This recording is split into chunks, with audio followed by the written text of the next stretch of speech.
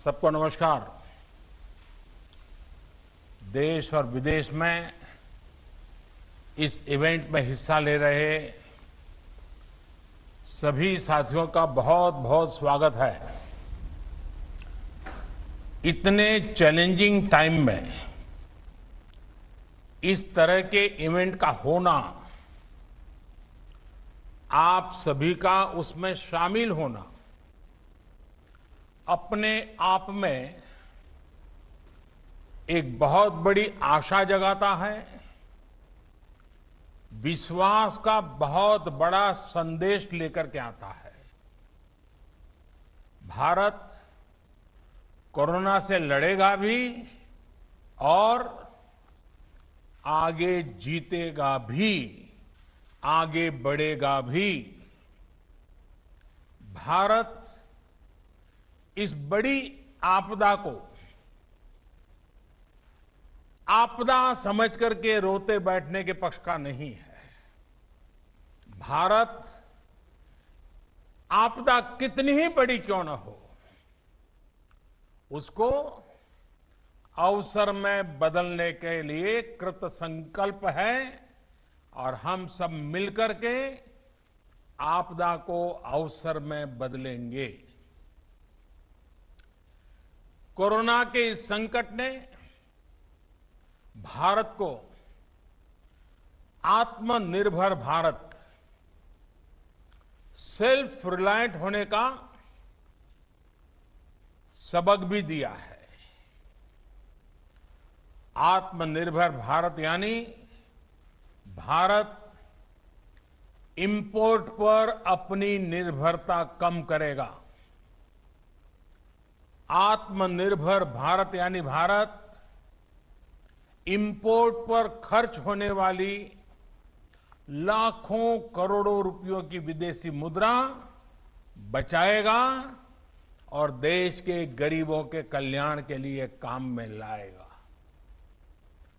आत्मनिर्भर भारत यानी भारत को इंपोर्ट न करना पड़े, इसके लिए वो अपने ही देश में साधन और संसाधन विकसित करने की दिशा में लगातार प्रयास करेगा, आगे बढ़ेगा।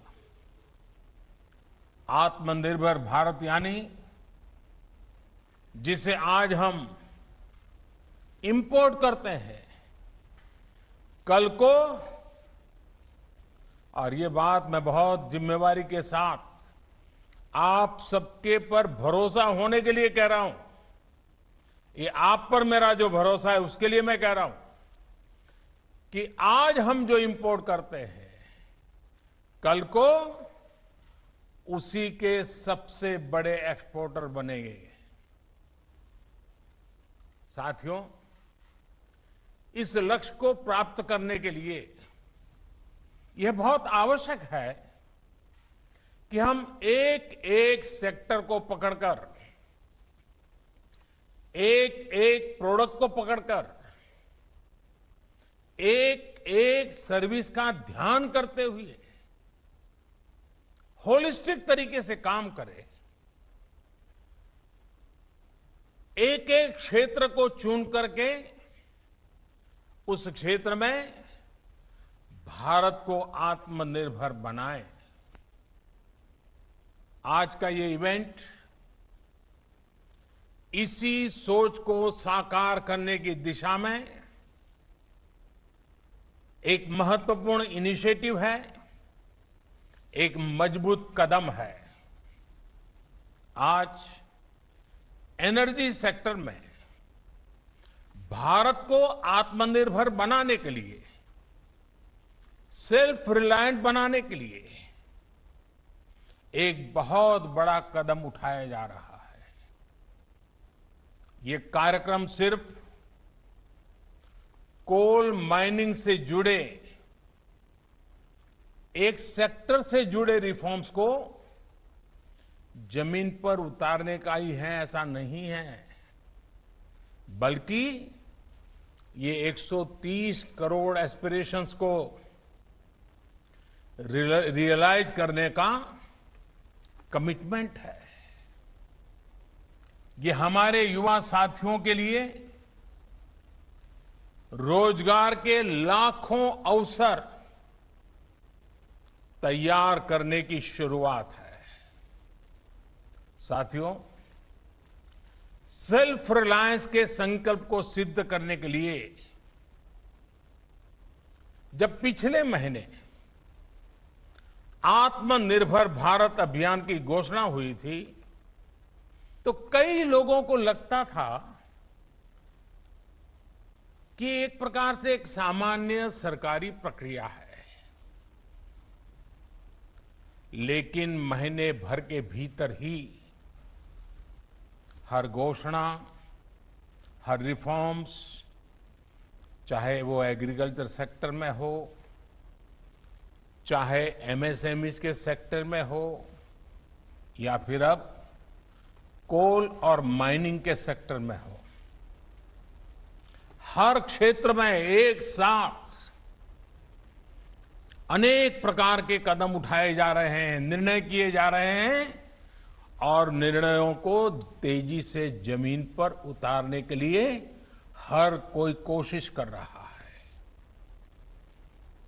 ये दिखाता है कि भारत इस क्राइसिस को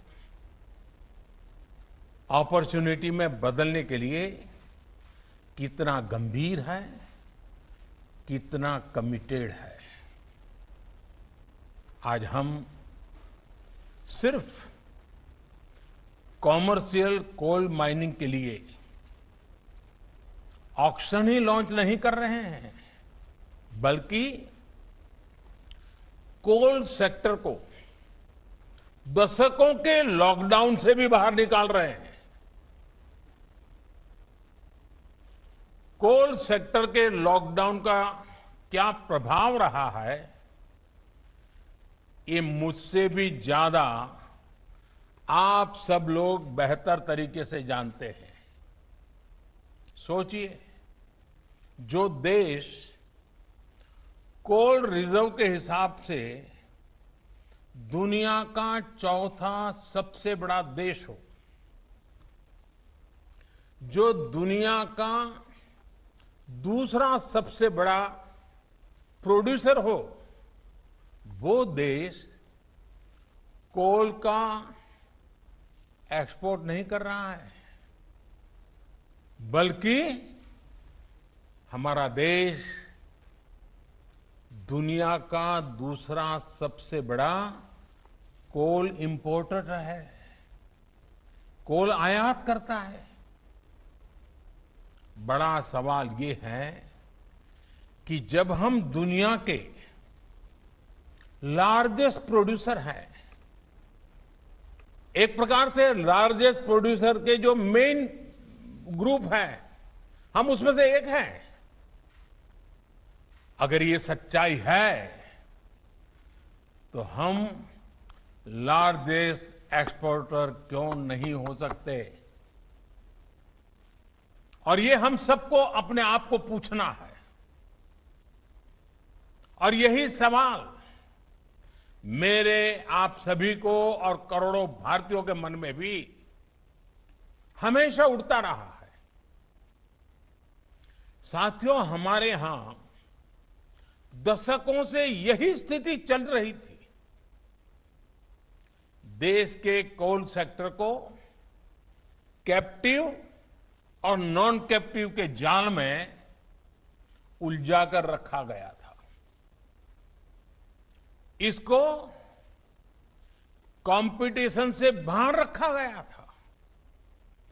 ट्रांसपेरेंसी की एक बहुत बड़ी समस्या बार बार सामने आई है।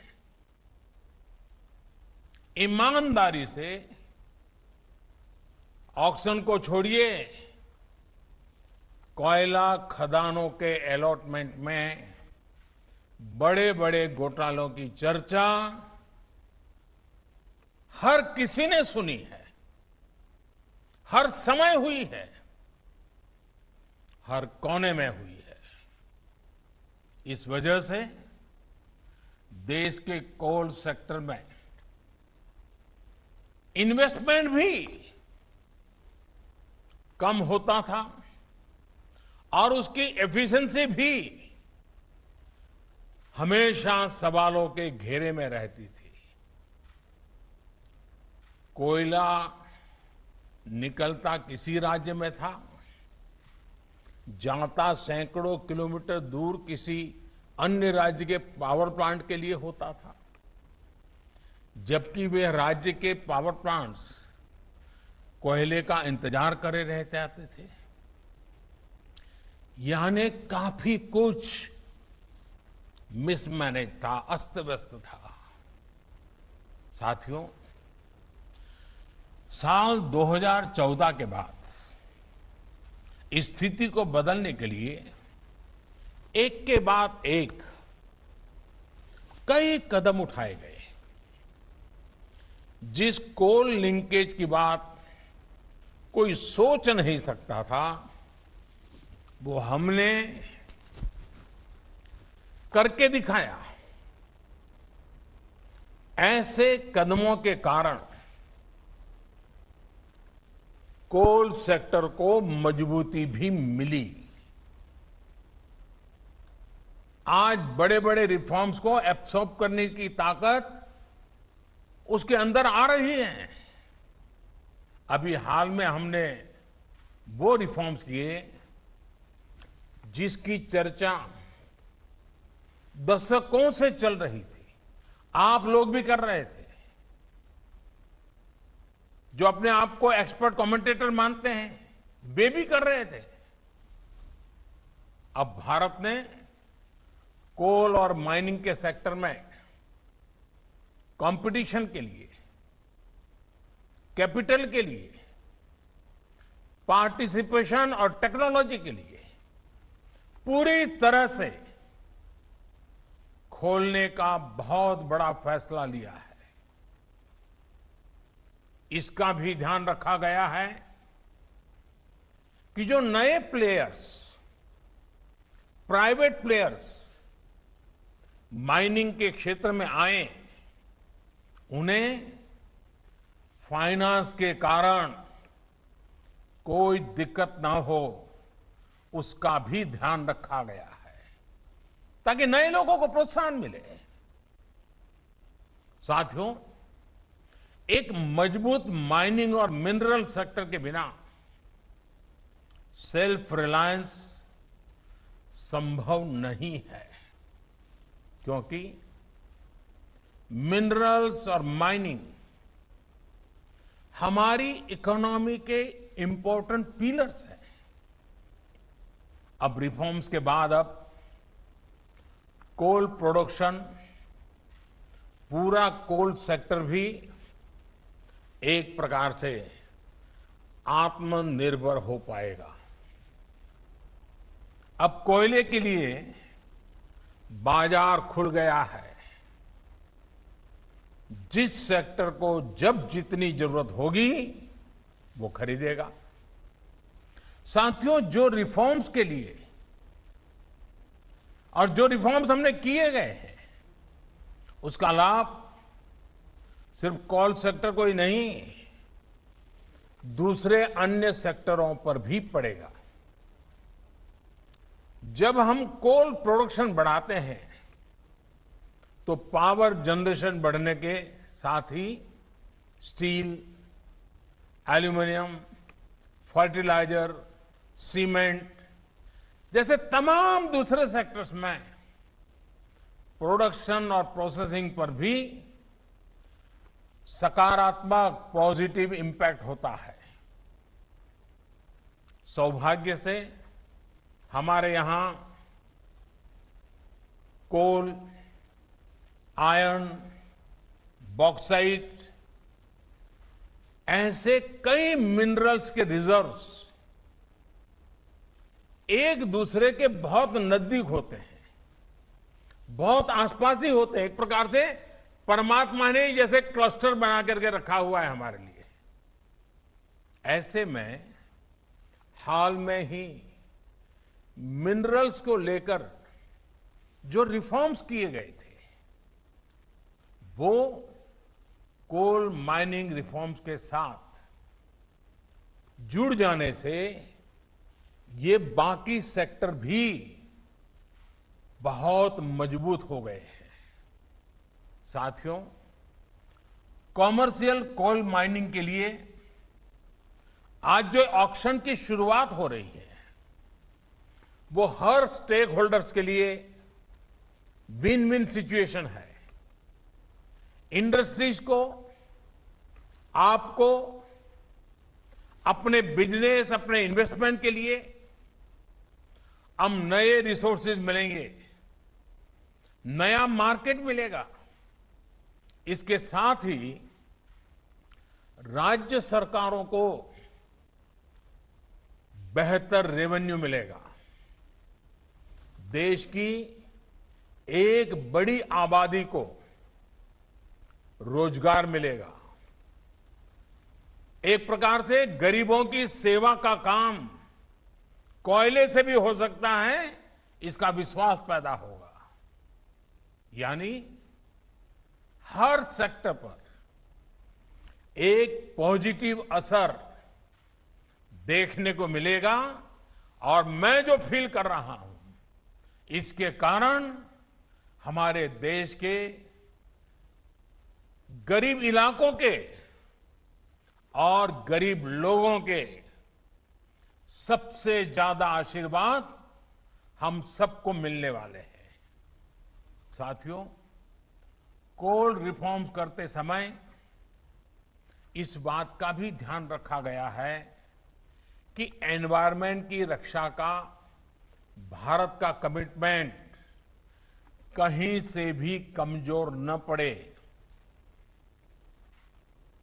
कोल से गैस बनाने के लिए अब बेहतर और आधुनिक टेक्नोलॉजी का हम प्रयोग करना चाहेंगे और टेक्नोलॉजी आ पाएगी। कोल गैसिफिकेशन जैसे कदमों से एनवायरनमेंट की भी रक्षा होगी। कोयले से बनने वाली गैस का उपयोग ट्रांसपोर्ट और कुकिंग के लिए हो पाएगा। यूरिया और स्टील मैन्युफैक्चरिंग से जुड़े उद्योगों को प्रमोट करेगा। हमने लक्ष्य रखा है कि साल 2030 तक, 2030 तक, यानी कि इस दशक में करीब 100 मिलियन टन कोल को गैसिफाई किया जाए। मुझे बताया गया है कि इसके लिए 4 प्रोजेक्ट्स की पहचान हो चुकी है और इन पर करीब करीब 20,000 करोड़ रुपए इन्वेस्ट किए जाएंगे। साथियों, कोल सेक्टर से जुड़े ये रिफॉर्म्स ईस्टर्न और सेंट्रल इंडिया को, विशेषकर हमारी ट्राइबल बेल्ट को डेवलपमेंट का पिलर बनाने का भी एक बहुत बड़ा जरिया है। हमारे यहां जहां कोयला है, जहां मिनरल्स है, देश का वो हिस्सा प्रोग्रेस और प्रॉस्पेरिटी के मामले में उस स्तर पर नहीं पहुंच पाया है।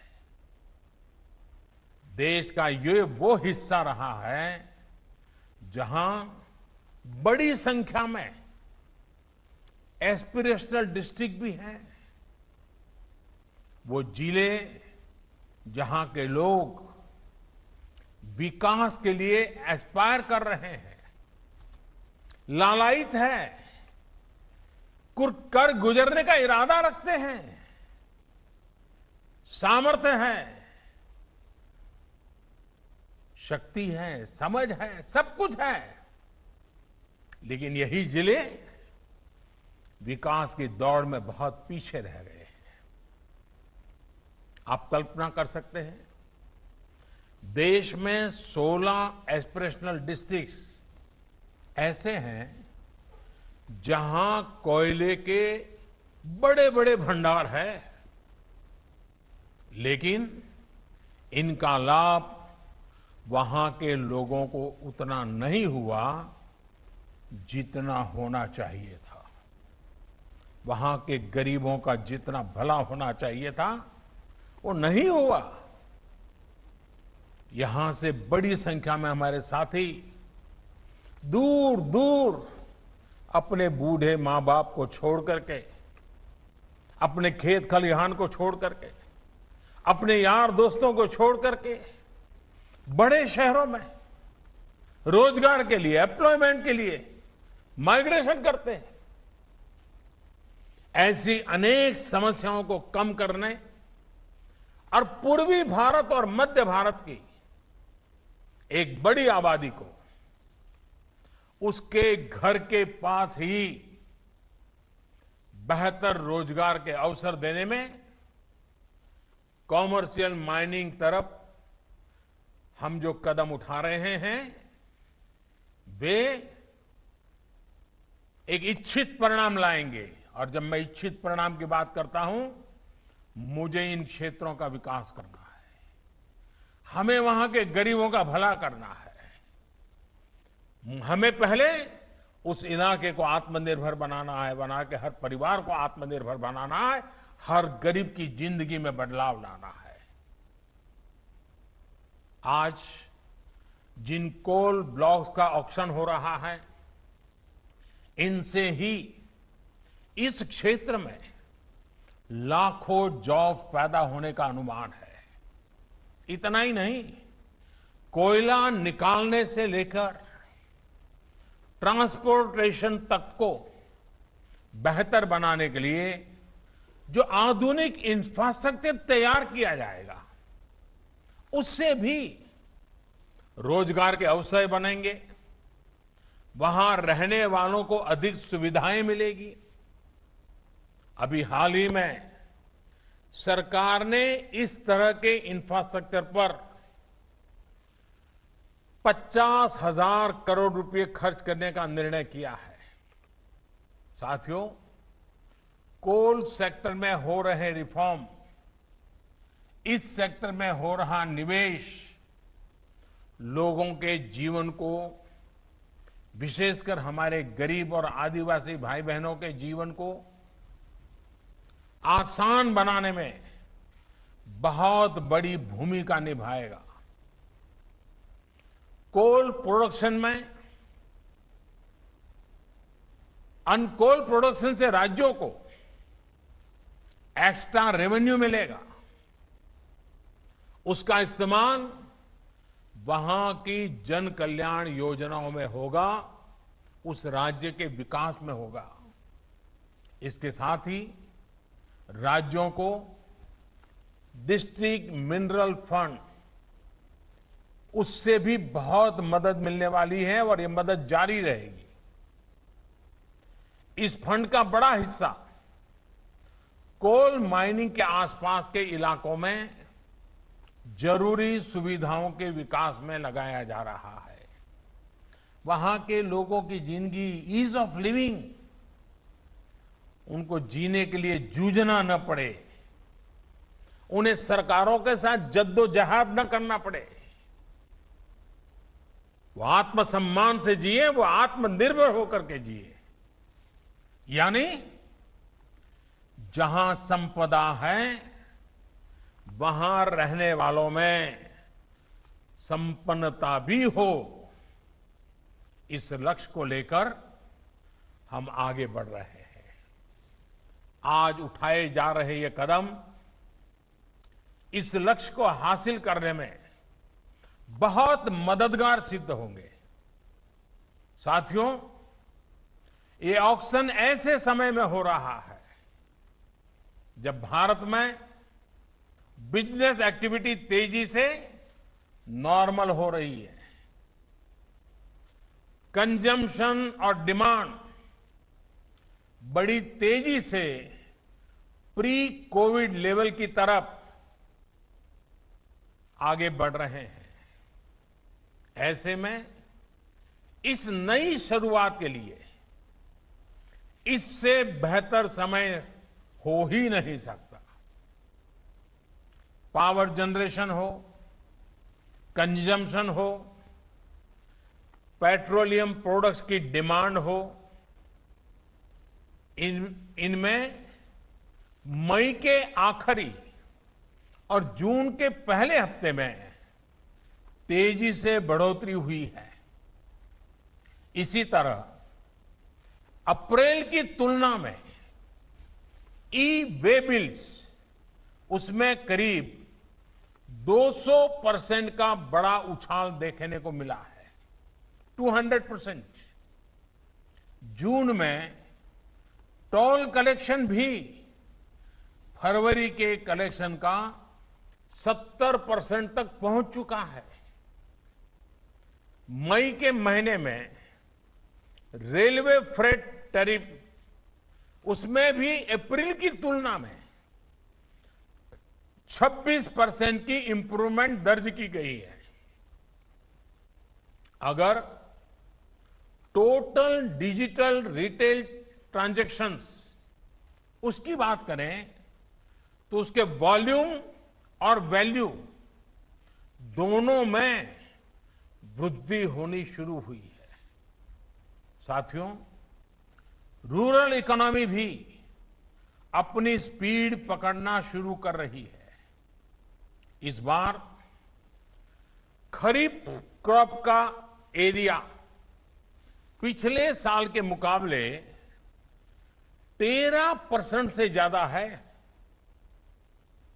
इस वर्ष गेहूं का प्रोडक्शन और प्रोक्योरमेंट दोनों बढ़ा है। पिछले साल के मुकाबले अभी तक गेहूं का 11% से ज्यादा प्रोक्योरमेंट किया जा चुका है। मतलब ये कि किसानों की जेब में भी इस बार ज्यादा पैसा पहुंचा है। ये जितने भी इंडिकेटर्स हैं, मैंने बहुत ज्यादा समय लिया नहीं, कुछ कम गिनाए हैं। ये जितने भी इंडिकेटर्स हैं वो दिखा रहे हैं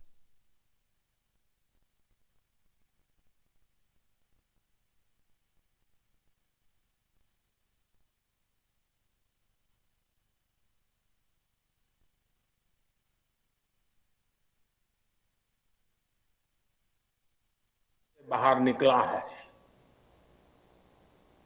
इससे भी निकलेगा। हम भारतवासी अगर करोड़ों कंज्यूमर हैं तो ये न भूलें कि हम भारतवासी करोड़ों प्रोड्यूसर भी हैं। भारत की सक्सेस, भारत की ग्रोथ निश्चित है। हम आत्मनिर्भर बन सकते हैं। आप याद करिए, सिर्फ कुछ सप्ताह पहले तक हम N95 मास्क, कोरोना की testing kit, personal protective equipment PPE, ventilator, अपनी जरूरत का ज्यादातर हिस्सा हम बाहर से मंगाते थे।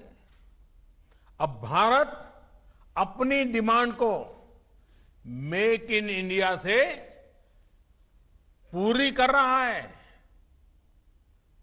इतना ही नहीं, बहुत जल्द हम महत्वपूर्ण मेडिकल प्रोडक्ट्स के एक्सपोर्टर भी बनेंगे। आप अपना विश्वास, अपना हौसला बुलंद रखिए।